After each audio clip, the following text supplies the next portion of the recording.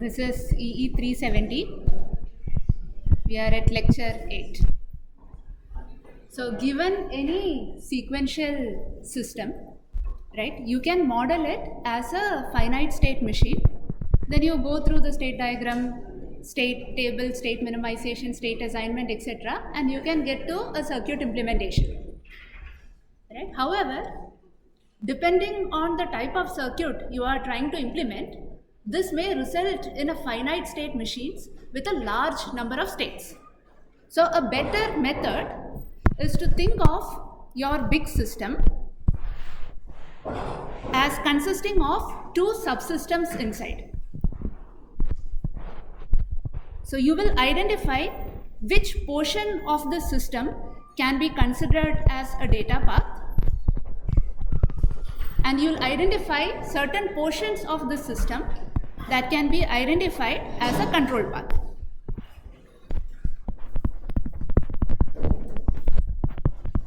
So this identification, given a system specification, how you identify what is data path, what is control path, etc., it comes with a little bit of experience, but this is a critical first step in designing a very generic system, right? And once you have identified some registers as part of your data path, you will do a lot of processing in this data path that could include arithmetic operations like addition, subtraction, etc. Maybe you are doing some level shifting operation within. Maybe there is comparison happening, you are checking if it is equal to some value, greater than some value, etc.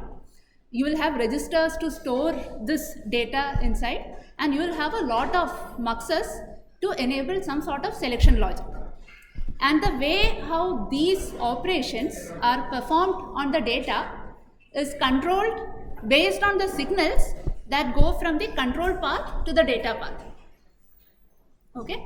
Now this control path will also take inputs from the data path. So that will be in terms of whether the data is greater than something, lesser than something, maybe it is equal to a limit, etc. Right? And typically this control path is implemented using a finite state machine. So in effect, your whole system now has a finite state machine and data path, and therefore this is typically called as, just as the name indicates, it is a finite state machine and data path, or in short, this is called as FSMD. We are very simple people, we don't complicate things unnecessarily. Okay. So what we are looking at now is an FSMD, or a finite state machine and data path, wherein you look at a bigger system, identify what you can call as data, what you can call as control signals, and then you will design these two subsystems separately. Now we took an example in the previous class, that of a counter. So let me remind you again. We are trying to design a counter with certain properties.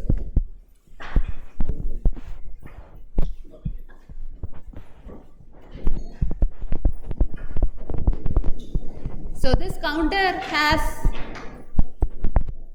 inputs, it has an enable signal, this of course will have a clock signal, this has some reset going in which is going to reset the counter value, and you have the output, let's say some out, which is 8 bits. Right? Now the first step is to identify what is the data path elements in this. So you start out, because you know that there is a register that needs to hold this counter value. I'm going to call a register. So I've given the name out here. So let's say you have out. We know that to this register I need to give a reset signal. We also know that this is going to be clocked by some clock signal. Right? Now, if your enable signal is 1, that is when this is going to act like a counter. You will do out equal to out plus 1. Right? If your enable signal is 0, it needs to hold the previous value. So how do you achieve that? Right? So if I were to simply look at out, what are the possible values it can take? It could take the previous value, right? Which means you will be saying something like out equal to out, right? Out equal to previous value of out. it could take the value 1. If you remember, the condition was, if you are in reset condition, then the out value should be equal to 0. Else, if you were in enable condition, then you wanted out to be equal to out.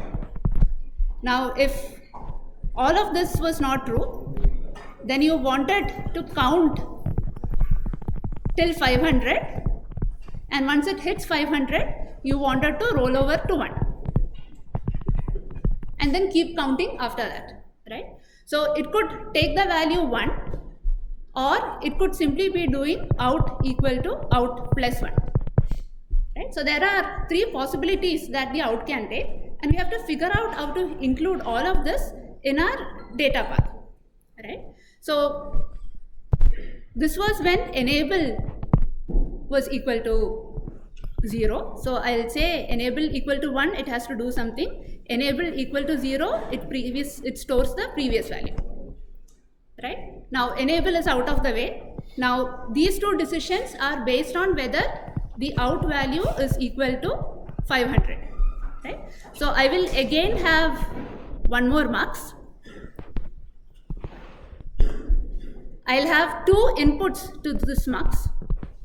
One input is going to be this 1, right? The other input has to be out equal to out plus 1. Yes. Sorry, else if not any. Okay. Yeah. Right? So then I take the out value, add 1 to this, and then you will feed that value here. So if enable is 0, you are feeding the previous value, and we have to now generate some sort of control signal. I'm going to call this as load 1, right? If load 1 is 1, you have to load 1 into the out register. Now all of these are 8 bits, right? And we have to generate this signal somehow, and we know that this has to be generated by comparing the out value whether it is equal to 500 or not, right? So I'll call this output to this as, let's say, equal to some limit. Is the system okay?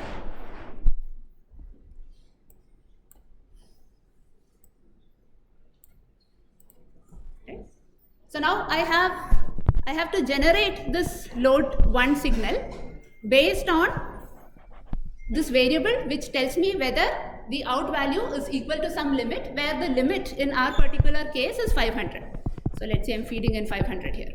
Okay. The simplest FSM that you can think of, what would it look like? So this is, you have your data path onto the left. Now I have to construct a control path. Right? Now this control path can of course have inputs such as clock. It can take reset, it can take enable. It's not necessary that the outputs are function of all of these, but all of this can go as input to the control path. You can also take this equal to limit as an input. Now based on all of this, I need to generate the signal load 1. Right? What is the simplest solution that you can think of?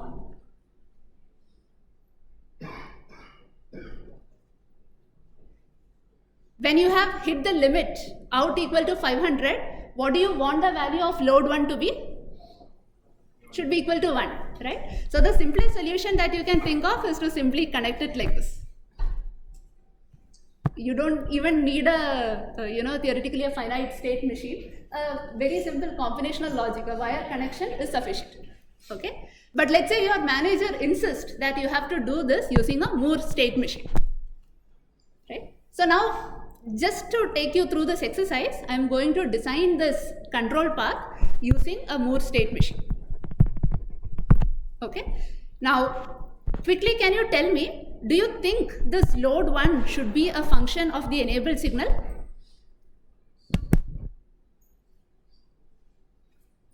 Let's say your out has reached the value 500, right? So your out has reached the value 500, but your enable suddenly went 0, right? Now the next time enable goes high, what should be the value of out? It should be 1, right? So which means you need to have the value 1 ready here, right? So irrespective of the enable signal, the load 1 should simply follow this equal to limit variable, okay? So with this in mind, let us look at the inputs to our control path and the outputs required from the control path. So again, we are going to build this using an FSM. So I could take my inputs as, so the inputs, of course, clock is available. All of the operations are going to happen at the edges of the clock. I can use reset, I can use enable, I can also use the signal equal to limit, right? If you want to make this more obvious, I can call this as out equal to, so out equal to some limit, right? And we just said that it need not be a function of enable, so I'm removing this. Now the output that we need to generate out of this FSM is simply load 1, okay? Now let me try and build a state diagram based on this information.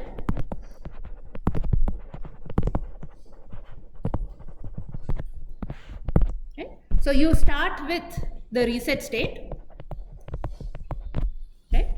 And because we are building a Moore state machine, you will have the value of load 1 associated with every state. So in the reset state, what would you like your load 1 value to be?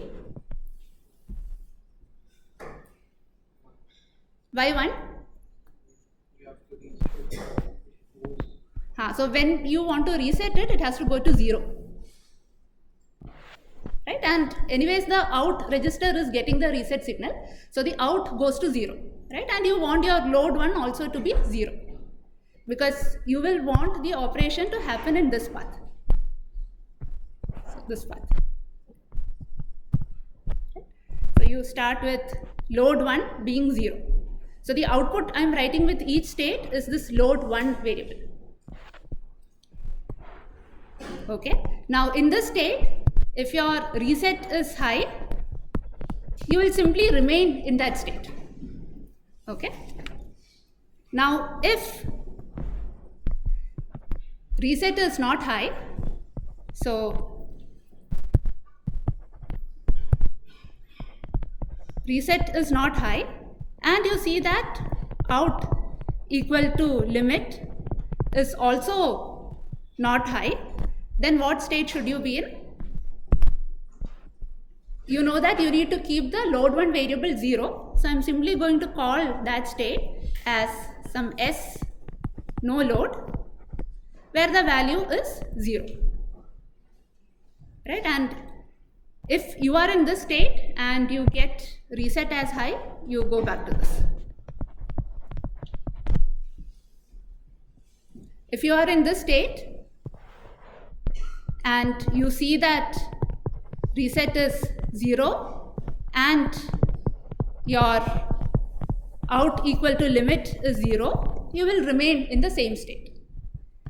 Now, when do you go to the load state?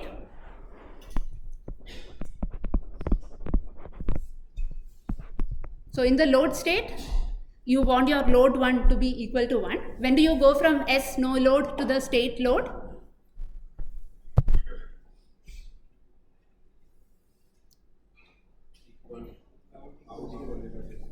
Yeah. So when your reset is not 0 and your out equal to limit is 1. Okay. Now in this state, you will go back to S no load when reset is not 0 and out equal to limit is also not 0.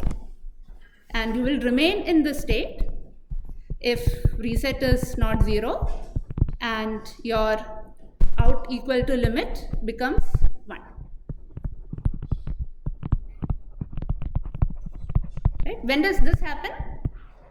This condition when you are in S load? This can happen if your enable goes to 0. Right? You are already in the load state, But because your enable has gone to 0, your count value is at the limit, right? So you remain at that state and keep the load 1 variable high. And again, if you get a reset, you go back to the state. Any questions on the state machine? So once you have the state diagram, you can do the state table and evaluate and find out an expression for the variable for the output load 1. But do you see a problem here? Let's say I found out how to implement load 1 based on the state machine, and I implemented it here. Do you think the system will work correctly? There is no concept of holding the... That is directly dependent on the enable signal. Enable signal, whatever comes to the comes as an input to your module, that directly goes to the mux here. So then, why did we write in the... Where did I write input enable? We are not taking enable as an input to the... Correct. You potentially can, but it is not necessary, because even when enable is, irrespective of whether enable is 0 or 1, you need the right value to appear at this point. This has to be either out plus 1 or it has to be 1, right? And that decision you will make based on the out value. So irrespective of whether enable is 0 or 1, your load 1 value has to be set. Load 1 value has to be set based on the out equal to limit flag. Right? So we have implemented a Moore machine, right? Which means your output is a function of only the present state. What that also implies is that you have a 1 clock cycle delay from input changing to the output changing. Right? So we need to take this also into account. Right? So let me show you what I mean by looking at how the timing diagram is going to look like.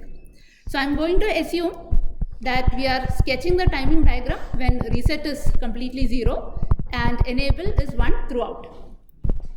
Let us look at the clock signal.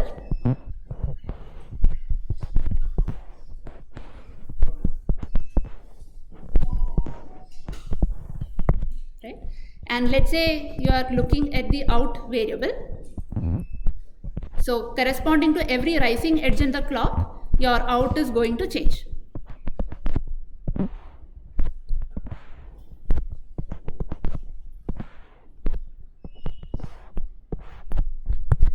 So this rising edge has caused this transition, this rising edge has caused this transition, etc. Right? And let me assume that the values are going like 499, 500. Ideally, I would have liked this to be equal to 1. Right? Now let us look at the behavior of out equal to limit. You can see that out equal to limit is going to be some combinational logic. This is your out equal to limit calculation. Right? This will be some combinational logic, which means immediately after out changes, your out equal to limit variable can change. Right? So once your out changes, right? So you have a change in the out happening here. Immediately after that, the out equal to limit variable will change.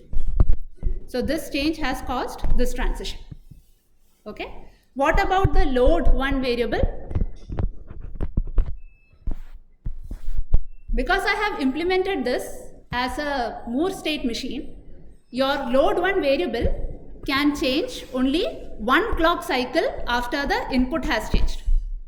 So the input to the system out equal to limit has changed here. So input to the FSM. Only at this clock edge can the change take place. Right? So this change has been caused because of this clock edge. Right? But by then your counter would have shifted to 501. Right?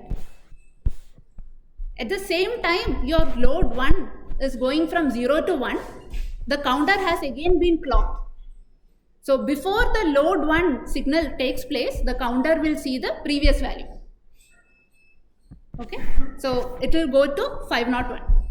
And in the next cycle, it will be able to go back to 0 because your load 1 was high.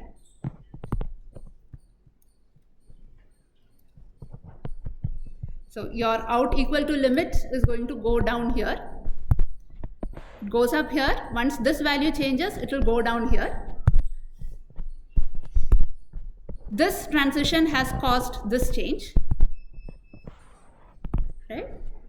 And at the next clock edge,